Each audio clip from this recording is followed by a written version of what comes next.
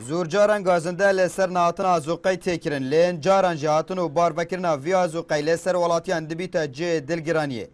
مینا وی برنجی اتنها دا تیتا پار بکرن کودنگوی خرابونا وی برنجی ترز دناف خلکی دا دروز کریه یک جه بریکار آزوقی جی دبیجه زوربه خلکی برنجی وی جاره اجبوی ما و گراندیو بتنی اف برنجه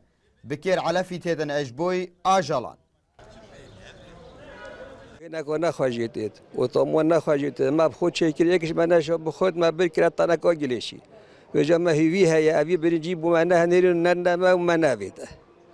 هاکه هندکی باش هم بدنا ما اما منو نجی هکو یه هوستا بتابلا بو ما چه نای علماء همین زورید او برنج نوید خوانی ما بخوای واجدی او برنج توم خنجا جتیدن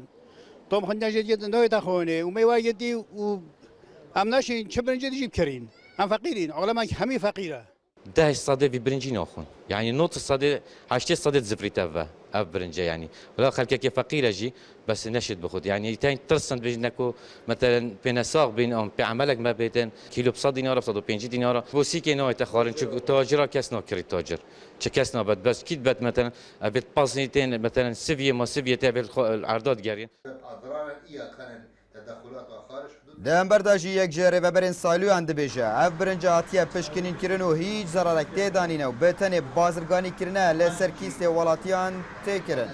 هوا راقة هندني بتايبت تورت كوماراتي وهر وصا وابشين بيجين كو چندين بريكارين آهن خاني في كاري رادبن داوي برنجي نرخك ارزان شوالاتيا بكرن و پشتينجي اف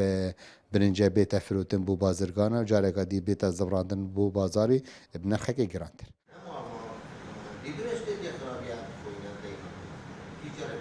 هاتنا برنجه ویجاره خلک پارزگاه دوگ دو دل کرینه الگوری گوتنا بریکاره که آزوقی جی نوج صدیا وی خلکی اف برنجه وگراندیو بکار نینه لیالیم پیوندیدار دبیجن هم جالیه بغداد و هم جی جالیه ساخلمیا پارزگاه دوگ و پشکنین فیزیاوی و بکتریولوژی اجبوی وی برنجه هاتینه کرنو هیچ مطرسیک تیدانینه عبدالصمد ریکانی NRT دوگ